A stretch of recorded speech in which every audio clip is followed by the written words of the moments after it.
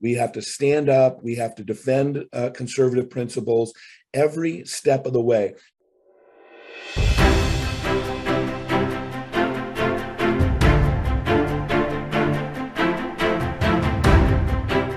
Hello, everyone. I'm Brandon Lewis, founder of the Tennessee Conservative, and today we are joined by Chris Widener. Chris has been a professional speaker since 1988 and has been named one of the top 50 speakers in the world. He is also a member of the Motivational Speakers Hall of Fame. I feel motivated just having said that. Widener is also a New York Times and Wall Street Journal best-selling author, and who has written 23 books, which have sold millions of copies in 14 languages.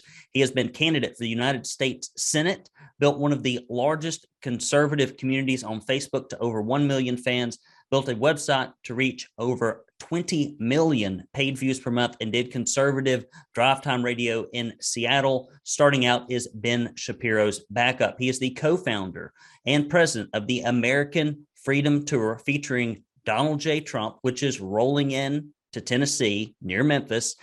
And we recently met because of a friend of ours, a supporter, Keith Dressler. He is one of many of our subscribers who is escaping a liberal state to come to a redder Tennessee. And we are glad that he is here in the volunteer state. Chris, welcome to the program, buddy.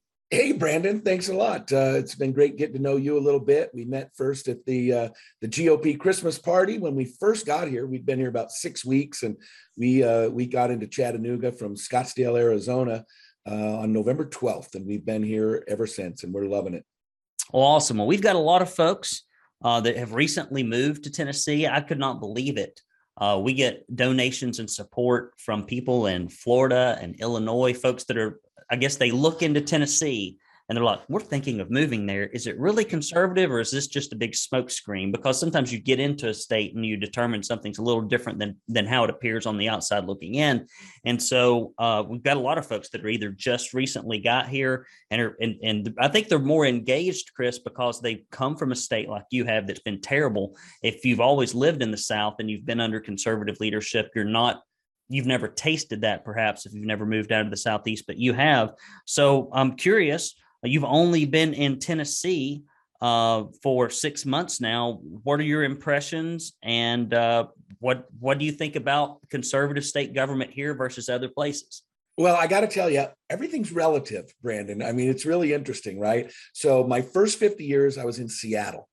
And I'll tell you, Seattle, from July 15th to September 15th, there's no place on earth like Seattle. It's a spectacular city, the beauty and everything, but it has been destroyed.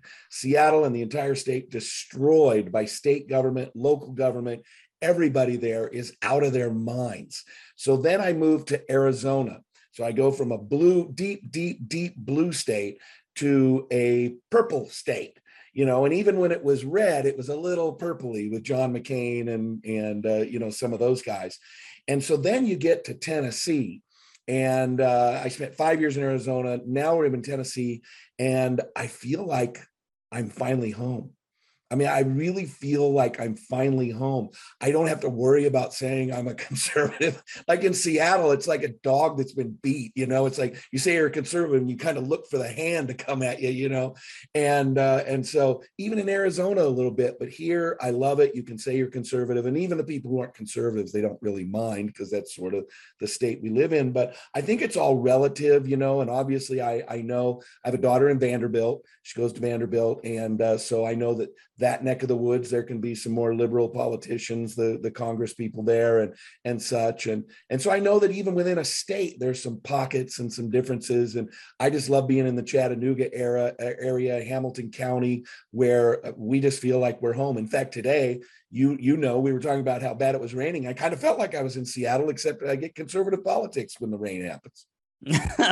Well, we've got a lot of positive things going our direction. We do have this massive conflict between conservative grassroots primary voters and the corporate money that funds the Republican Party in Tennessee, which often puts us at odds when it comes to policy in Nashville. But you've lived in that blue state of Washington, the purple state of Arizona. Now you're in the red state of Tennessee. You were in those states for a number of time, especially Washington. Talk a little bit about what we can do to keep our state moving in the right direction so we don't end up in a position like our neighbor to the south, Georgia. Yeah, I think it's important for conservatives to make their voices heard, to play for keeps, to make sure that we're not just taking things for granted, because they tend to take things for granted, especially if you're in the majority and you're in a conservative state. But you have to understand that there are people who are moving here for two reasons. You have people that are moving here to get out away from the Californias of the world, the Washingtons of the world, or, here on the East Coast, the New Yorks, the Massachusetts, and they're moving because they don't like, taxes and things like that. But the irony is they come here and they vote for the same kinds of people. So they're leaving because of policies that they don't like, but then they come and they vote for the same kinds of people who will vote for those policies. Those are the kinds of people that we have to embrace. We have to say, welcome to Tennessee, but you need to kind of come around and think about why you left that place. And then you have folks like me who are really moving to be home again, folks who we come here because it's conservative, because we want to be part of that conservative family, because we want to live in a state with low taxes and low cost of living and conservative politics and conservative positions and those things. But we also have to understand that there are people here who do not adhere to those conservative principles. And so I feel like the best thing we can do is make our voices heard. We have to stand up. We have to defend conservative principles every step of the way. One of my favorite movies is Any Given Sunday, the NFL football game. And one of the best speeches of all time in any movie is the Al Pacino speech at halftime of that game, or maybe it's right before the game. If you want to listen to it, go to your search engine and search for the clean version, because he drops a few F-bombs in there. But one of the things he says, life is a game of inches. Football is a game of inches. Well, I would say that politics is a game of inches. And you're fighting. He talks about fighting for every inch on the football field and every inch in life. We have to fight for every inch for conservative values, because there's political creep. And there's political, they're trying to just get a little bit. Well, we just want to take a little bit out of that. Well, next thing you know, you give up an inch, then you give up a half a foot, then you give up a foot, then you give up a yard, all in the name of compromise. And so it's important for us to fight for those inches. Do it with integrity, do it with optimism, do it with all those kinds of things that I believe that, the history of Ronald Reagan. I loved Reagan. He was a sunshiny man with a sunshiny personality, but he could take people to the woodshed if he needed to.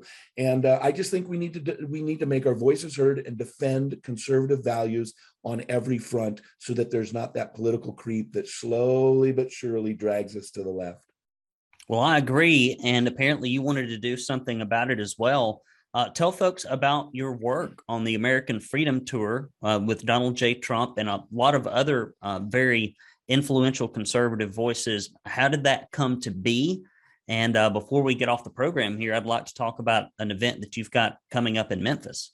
Yeah, absolutely. The American Freedom Tour was born out of people's disappointment, the 2020 election, the feeling that there was a lot of shenanigans going on, the feeling that people, they badmouthed Trump and they ran all these collusion lies and all the things that just degraded him and told half of America he's a horrible person, even though we were experiencing amazing things. Except for COVID, but record employment for Blacks, record employment for Latinos, record employment for women, all the promises that he made and all the promises that he kept, low gas prices, low inflation, all these kinds of things, right?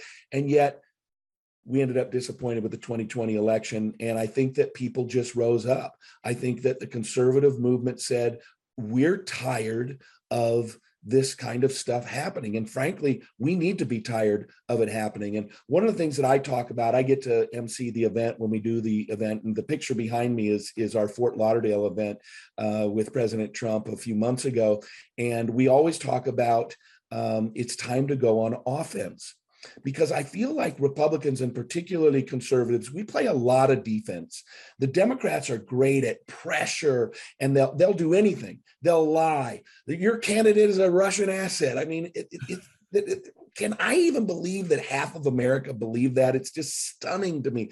They will lie, they will cheat, they will steal, they'll do anything they possibly can. And all Republicans do is we just play defense. Well, no, he's not a Russian asset. No, we're not racist. No, we're not bigots. No, we're not sexist. No, we're not transphobic. And we play defense. And we need to play offense. We need to go forward with our mission, forward with our values, forward with our thinking and our beliefs and our policies. And we need to enter into the public square and demand that we be taken seriously and demand that we be heard, enter into the fray. And instead of just saying, oh, somebody called me a racist, sexist, homophobic, transphobic, we need to take it to the people. And that's the whole idea of taking President Trump across the country to let him make the case for himself, for the conservative movement. We've hired alongside of President Trump, we've had just about you name it in the conservative movement. We've had them share the stage with President Trump, and it's just a fantastic day. It's built around optimistic messages. You know, you can see family there, and then you can see finances and freedom, and faith is over on the other side. You can't see it on the picture though, but those are our four: faith, family, finances, and freedom. And we want people to be strong in every single area. And that's the charge of our speakers from President Trump on down, is to inspire people that we are in the right, we are in the majority, and the values that we stand for are the values that America was built upon, and the values that America will continue to stand on. So that's what sort of drives it, is bringing President Trump and the conservative values and conservative movement to the people, to give them an inspiring day where they can enjoy being with other conservatives who believe as they do. Well, that is a clear message, and I believe in all of that. I would say our subscribers do as well here at the Tennessee Conservative. And if you are a subscriber to our publication, if you'll look below or around this video, or maybe in a podcast, there will be a link where you can get tickets to go to the American Freedom Tour. And it's coming to Tennessee in the Memphis area. Talk a little bit about specifically what's going to happen at that event and why people might want to show up. Oh, it's going to be great. We've been working with the folks there in Memphis, and actually, it's actually in Mississippi. It's in a suburb called South Haven, Mississippi. It's about 20 minutes south of Memphis.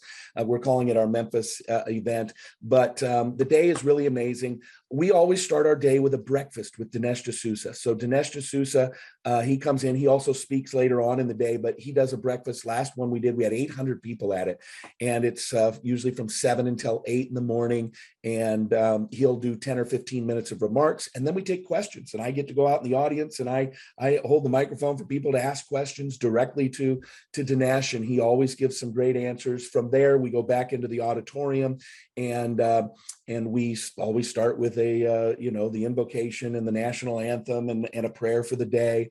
And our speakers this upcoming event are going to be, of course, President Trump, Don Jr., Kimberly Guilfoyle, former Secretary of State Mike Pompeo, who I've gotten to know a little bit. Wonderful guy, just a wonderful guy.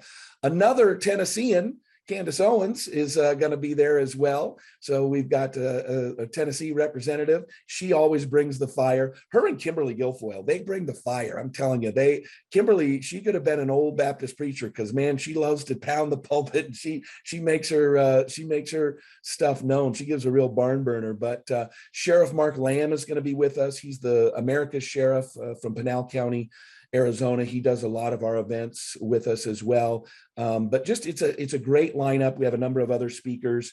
We talk about faith in the afternoon of all of our events. I do a 10 or 12 minute little segment on faith and the importance of faith as it played a role in our history, Judeo-Christian values, and why it's just as important today as it always has been. But talking about faith, family, finances, freedom, it's just a beautiful, wonderful day. It's inspiring. We're usually done by 5:30 in the afternoon, and people can go home and feel inspired. If they go and they get the tickets, they should click on that link. And if they go and get tickets, there's a number of different levels. If you're on a budget, you can come for very, very inexpensive. If you got a little extra money and you want to spend for some experiences, we have photographs available with some of the speakers, and we have a reception afterwards, and of course the breakfast with Dinesh and all those kinds of things. So there's something for everybody and all the different kinds of budgets available, and it's just a really fun, inspiring day. Well, I hope you get a lot of people there. I can't tell you how many folks that I speak with when I ask them, what really turned you on to conservatism? When did you actually discover that there was a problem and that you needed to be more engaged, aware, and involved? And very often it will be, well, I was at the XYZ event. A friend asked me to come. I heard about it. I went on a whim. My life was changed. So hopefully this is one of those opportunities where Tennesseans can at least get encouraged, or if it's your first time, maybe have a life-changing event. So do click that link below or around this video or podcast. I'll leave you, Chris, with the last word. You've been very kind with your time. I know you're busy. Thank you for coming on the program. Well, Brandon, I just want to, on a personal note, it's great to get to know you. I look forward to many more years of working with you and helping you in your causes and helping keep this red state red, and especially this deep red part of the state, deep red. And I love the work that you're doing. And America is really about what you're doing. You're a business guy who decided to step up and make a difference and create a platform. And I'm doing it along with all of our team, at the American Freedom Tour and, partnering with President Trump and those kinds of things. But no matter what you're doing, no matter what your business is, whether you're a business person or a motivational speaker or whatever your background is, find a way to get involved, find a way to make a mark, find a way to promote and preserve those conservative values, because it takes all of us. I was reminded again the other day of Benjamin Franklin's quote, "If we don't hang together, we will most certainly hang separately." And frankly, sometimes it feels, you watch the news, sometimes it feels like that might be more of a reality than we might think. They're coming after us. And, we need to stick together and make sure that we are defending those conservative values that have made our country great and help make our country great again. Well, I agree, buddy. I appreciate your work. I'm glad that you are parked here, right around the Chattanooga area in Hamilton County. Look forward to a few more lunches with you and Keith. I had a good time at the last one, guys. If you will, go down here, check out this event, the American Freedom Tour. You'll get to see Chris Widener and a host of other heavy hitters from the Conservative Party. Until next time, I'm Brandon Lewis, the Tennessee Conservative. Do your part. Signing off.